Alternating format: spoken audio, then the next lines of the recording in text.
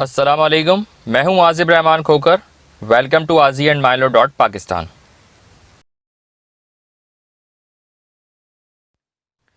Statutory meeting के ऊपर ये हमारी 5th वीडियो है। स्टार्ट की 3 वीडियोस में हमने स्टैट्यूटरी मीटिंग को डिस्कस किया और लास्ट वीडियो यानी इस टॉपिक की 4th वीडियो में हमने स्टैट्यूटरी रिपोर्ट पर डिस्कशन स्टार्ट की थी। तो चलें इस डिस्कशन को कंटिन्यू करते हैं। ओके, तो हम बात कर रहे थे कंटेंट ऑफ स्टैट्यूटरी रिपोर्ट के ऊपर, तो स्टार्ट करते हैं। लास्ट वीडियो में हमने स्टैट्यूटरी रिपोर्ट के 3 कंटेंट्स को डिस्कस किया था। Total number of shares allotted, total amount of cash received and abstract receipts and payments.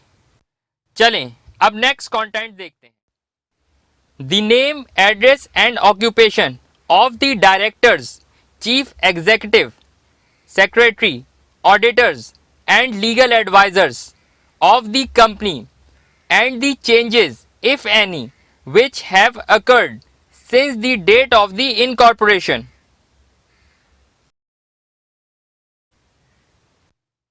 यानी स्टैट्यूटरी रिपोर्ट में directors, chief executives, secretary, auditor और लीगल एडवाइजर्स की डिटेल दी जाएंगी, जैसे नाम, एड्रेस, ऑक्यूपेशन वगैरह।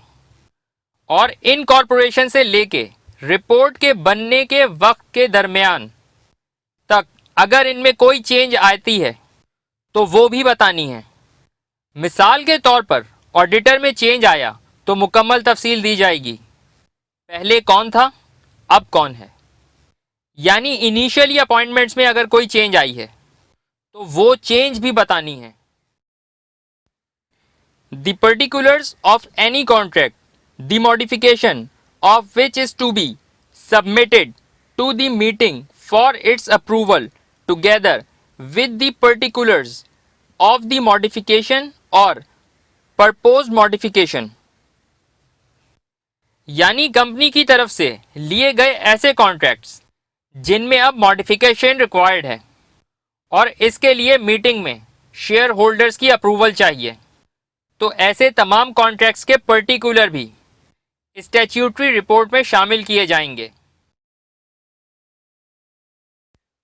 The extent to which underwriting contracts, if any, have been credited out and the extent to which such contracts have not been credited out, together with the reason for their not having been credited out.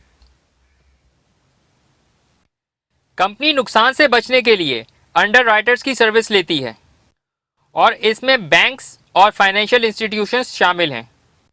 ये service company इस वक्त लेती है जब इसे minimum subscription की limit को पूरा करना होता है, यानी वो शेयर्स जो कंपनी ने पब्लिक को ऑफर किए और पब्लिक ने सारे शेयर्स परचेज नहीं किए।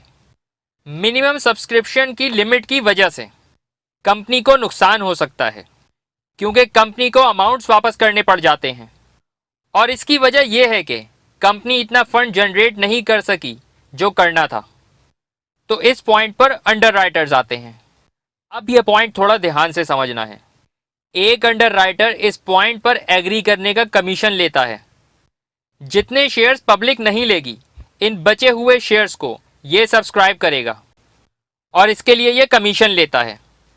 यानी एक कमीशन ये अंडरराइटर बनने के लिए लेगा और इन केस कि इसको शेयर सब्सक्राइब करने पड़े तो इसके लिए इसके और कंपनी के दरमियान कंसिडरेशन डिसाइड होगी और ऐसे तमाम कॉन्ट्रैक्ट्स भी स्टैट्यूटरी रिपोर्ट का हिस्सा होंगे। ये टॉपिक अभी कंटिन्यू है। अब तक के लिए इतना ही।